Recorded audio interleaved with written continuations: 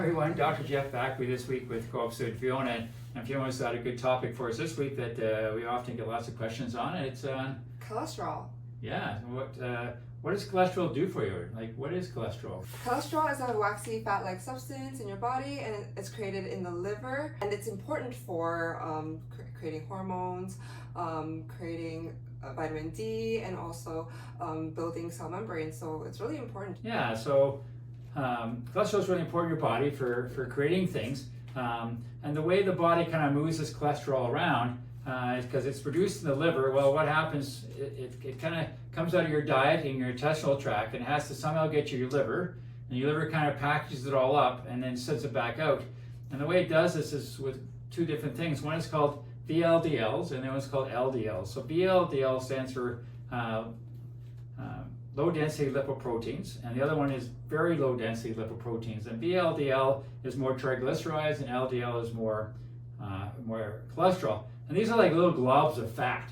And what they do is they kind of go through your blood system to either get to your liver or get back from your liver, and they kind of bounce off the arterial walls, and they can actually break the little pieces off. This is called plaque, and it's really sticky. As Fiona mentioned, it's a sticky-like substance, and then as things go by, other cells go by, it kind of grabs them, and you start to get this plaque buildup. So it gets to the point where the artery starts to get occluded, smaller and smaller and smaller, and it's something that you don't even know you have it until you might have a stroke or a heart attack.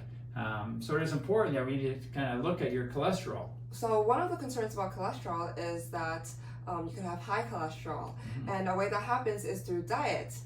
Things like red meats, fatty foods, like heavy creams, like high fat dairy products, and you could also be genetically predisposed to high cholesterol. Males in their 20s to 40s and postmenopausal, and women postmenopausal can have higher risk of getting high cholesterol. Also with people with diabetes and kidney problems. Yeah, so those are some things that you should look out for. Yeah, so if you want to try and control your cholesterol, if you think you're more prone for high cholesterol, is try and control it. So again, it's through your diet. So you try and get a little more good fats. So your omega-3s, omega-6s fish oils. So getting good fats in your diet. Also, fiber is really good for it. Nuts are really good for it. So that's a good way of kind of controlling your diet for it. Other ways of doing it is, one is with exercise. So exercise has been found to really good for lots of things. And one thing is, you also have something called, your liver produces called HDL, which is called high density lipoproteins. And they're like the garbage man. So they go around circling the body after the LDLs and VLDLs, trying to pick up this plaque and kind of collect it up and take it back to your liver for packaging to grow it again. So exercise increases its HDL level, so it's really good exercise to get that HDL level flowing around through you. Also, again, if you're diabetic, keep your diabetes under control. If you're a little overweight, try and get your weight back under control. So there's not much you can do about your age, and there's not much you can do about if you're genetically more inclined. But again, you can do these things to try and keep it under control. One thing you may want to do is, especially if you're more genetically inclined, if you fit in the mold, those 20 to 40-year-old males or the postmenopausal, you might want to get checked every couple of years, get your blood levels checked and see where your cholesterol level is. Because again, the one thing is that you don't know you're having this issue until you have a heart attack or stroke, because it's pretty silent with it. So if you're not able to control your cholesterol with diet, which is the first option, of course, and weight loss and physical activity, the things we just mentioned, they all can always go to something called a statin drug.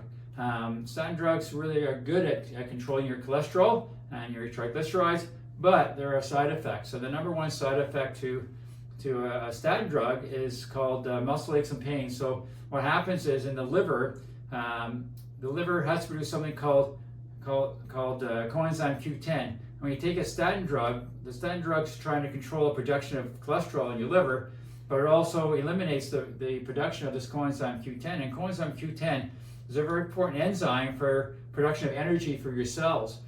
So if your cells can't get coenzyme Q10, what happens is your muscles get very tired and get very sore. So a lot of people come in with aches and pains, and we're treating them, and we find out they're on statin drugs, and all we have to do really is try and get them to start taking, and you get coenzyme Q10 at any pharmacy. It's an over-the-counter type of thing.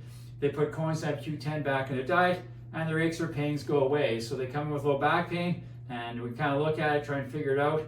It's not going away. We find out they're in statins. We get them on, suggest them get a coenzyme Q10, and magically the low back pain goes away. So again, if you're on statin drugs, you may want to talk to your doctor about possibly getting on some coenzyme Q10. So overall, cholesterol is a very important nutrient in your body as your body produces it. But you should probably get your levels checked out every few years, as it could get dangerous. If you like the video, give us a big like, share with your friends. If you have any comments, you can subscribe below. You can send it to us because we'd certainly love to research it. But as always here at Goalsy Wellness, We got your back. How do you feel about that?